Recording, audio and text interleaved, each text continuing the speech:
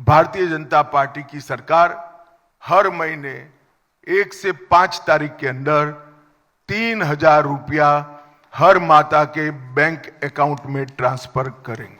আমরা ইলেকশনের সময় বলি না, আগে করে দিই। আর বিজেপি এখন মিথ্যে কথা বলে বেড়াচ্ছে।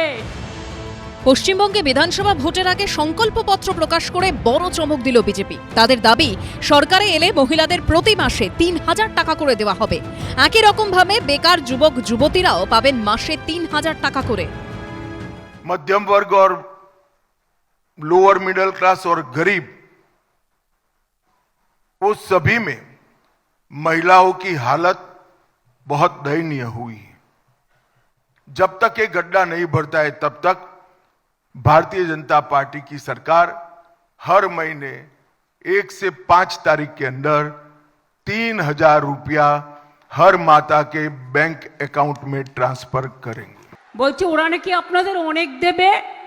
বিহারে জানেন তো, ইলেকশনের আগে ব্যাংক অ্যাকাউন্টে মেয়েদের ঢুকিয়েছিল 8,000 টাকা, আর যেই ইলেকশন হয়ে গেছে চালিয়ে দিয়েছিল বুলডোজার, আর 1 পয়সাও দেয় না।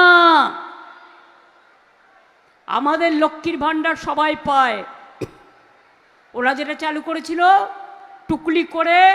আগামী দিন এই লক্ষ্মীর ভাণ্ডার সারা জীবন পাবেন আপনারা। আমরা বিজেপির মতো মিথ্যে কথা বলি না। শুধুমাত্র আর্থিক অনুদান দেওয়াই নয়, মহিলাদের ভোট পেতে তাদের জন্য আরো অনেক প্রতিশ্রুতি দেওয়া হলো বিজেপির তরফে। যেমন, তাদের সরকার ক্ষমতায় এলে চাকরিতে মহিলাদের 33% সংরক্ষণের ব্যবস্থা করা হবে। লাখপতি দিদির আওতায় আনা হবে 75 লক্ষ মহিলাকে। সরকারি বাসে বিনামূল্যে যাত্রা। প্রতি মণ্ডলে তৈরি হবে মহিলা থানা। পাশাপাশি প্রত্যেক থানায় থাকবে মহিলাদের জন্য সহায়তা ডেস্ক। पुलिस बल सहित राज्य की सभी नौकरियों में महिलाओं को 33% आरक्षण भारतीय जनता पार्टी की सरकार देगी। कभी भी हमारे चुने हुए मुख्यमंत्री को ऐसा स्टेटमेंट नहीं देना पड़ेगा कि इतनी देर रात को महिलाओं ने बाहर निकलने की जरूरत क्या है। ऐसे बंगाल का हम निर्माण करेंगे। আপনি তো দিল্লিতে বলেছিলেন 2,500 দেবো, তো দিল্লির মুখ্যমন্ত্রী এখানে এসে প্রচার করছে, আর দিল্লির মহিলারা টাকা পাচ্ছে না।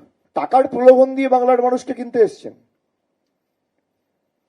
এসআইআর করে হয়নি, এজেন্সি দিয়ে হয়নি, ইলেকশন কমিশন লাগিয়ে হয়নি, এখন কি অর্থর বিনিময়ে বাংলার মায়েদের সম্ভ্রম কিনতে এসছেন?